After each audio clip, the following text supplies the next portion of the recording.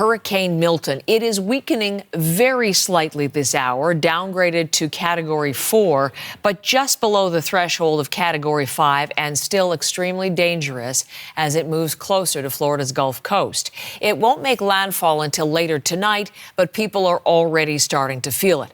We're looking live here at Images in Tampa. This is a city set to be hit with a direct blow from Milton, and the rain is coming down. The wind is picking up. By midday, it could be hitting the coast with the force of a tropical storm, and that's before it makes full impact.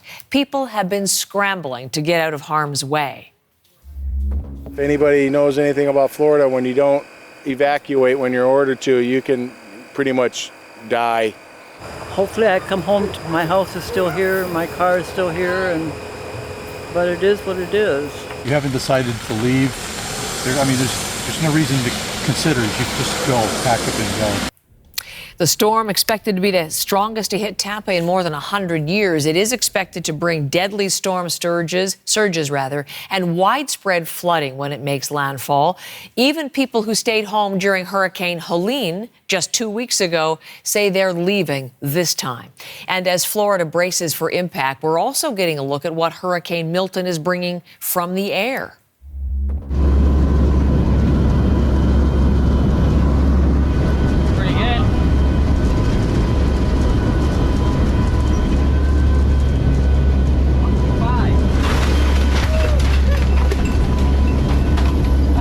My phone real quick.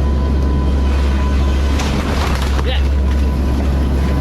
Well, that's what it feels like and looks like to fly inside a major hurricane. That's the NOAA Storm Chaser plane as it flies inside Milton, collecting data for the forecast. And we're getting a good look at Milton from even higher as well. This is footage from the International Space Station, which just captures for us so clearly the immense size of the storm. It is expected to weaken before it makes landfall tonight, but because of that size, it's still a major threat to lives and to property. Let's begin our coverage in Florida. Katie Simpson on the story for us just outside a storm shelter in Orlando. And Katie, you're going to be putting the rain gear to the test today. What is happening so far this morning? Heather, the conditions are already starting to deteriorate, and really that is going to be the story of the day through the daylight hours before the worst of this storm makes landfall here in Florida. We are in Orlando, and just a moment ago, Heather, we heard that first rumble of thunder. The rain is starting to pick up. About 2 o'clock this afternoon, that's when we're expecting conditions to really sort of intensify. We're in Orlando right now, but really it is that Gulf Coast of Florida that is going to be dealing with those catastrophic effects of this storm. Warnings to evacuate. The time is running out if people are going to leave in those evacuation zones. People have been going to shelters. They've been leaving the state, leaving Tampa Bay and in and around that Gulf Coast region, trying to get to safety. We've seen huge lineups, huge traffic jams. We're seeing 17% of the state's gas stations have actually run out of gas. Refill trucks have been actually escorted by state troopers to different gas stations to try and ease some of that crunch. Shelters are opening like the one just behind us. It opened last night. It's not too busy just yet, but that is not going to be the case all across the state or all across sort of the path of Hurricane Milton. We are expecting people who are from areas that are in those evacuation zones, areas that are prone to flooding, areas that are going to be within that direct sort of hit zone. They have been asked to leave. They've been asked to leave for a couple of days now, and we have seen that mass exodus. So one of the major concerns of this storm, not only is it a massive storm that's going to make this direct hit in the Tampa Bay area, there's also a lot of debris on the ground in certain parts of that Gulf Coast, because Hurricane Helene, of course, hit that region just a couple of weeks ago, and a big push is on to get as much of that debris out of that area because they don't want that debris to become projectiles. So again, the big focus right now in Florida is anyone who hasn't left, who is still thinking about leaving. They want people to get out of sort of the area where this storm is going to hit. They're asking people to go to shelters, check in with loved ones, or if it's not a shelter, go somewhere where they're going to be safe. And really, time is running out at this point because as the day goes, these conditions are only going to get worse. And so there really is a sense of urgency here from the officials telling people you have to take shelter, you have to get out because the kind of storm that is going to hit Florida, you are not going to survive.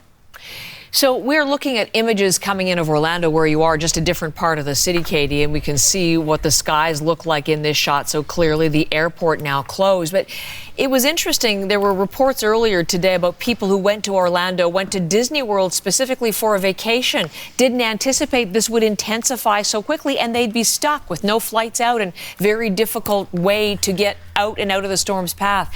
In that particular area, Orlando, what has proven to be the biggest concern?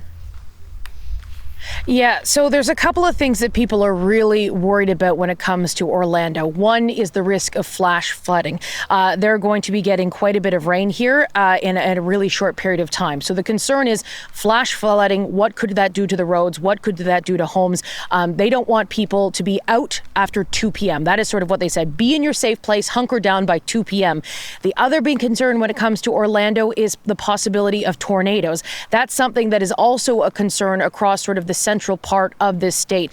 In Tampa Bay and on the Gulf Coast, you are going to be dealing with storm surge, those hurricane strength winds, and concern about debris being picked up in those winds.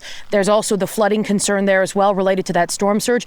As you sort of move inland across this state, the concern comes to that flash flooding, heavy, intense rains that are going to last for hours and hours and hours. Still, there will be those very strong hurricane strength winds here in Orlando as well.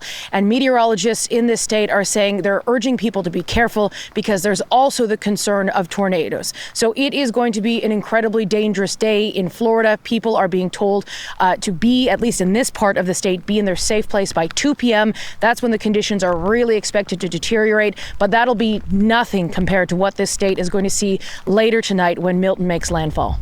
Really appreciate your bringing us the reporting from there, Katie. Thank you, and look forward to updates through the morning and on into tomorrow. Katie Simpson from Orlando for us today.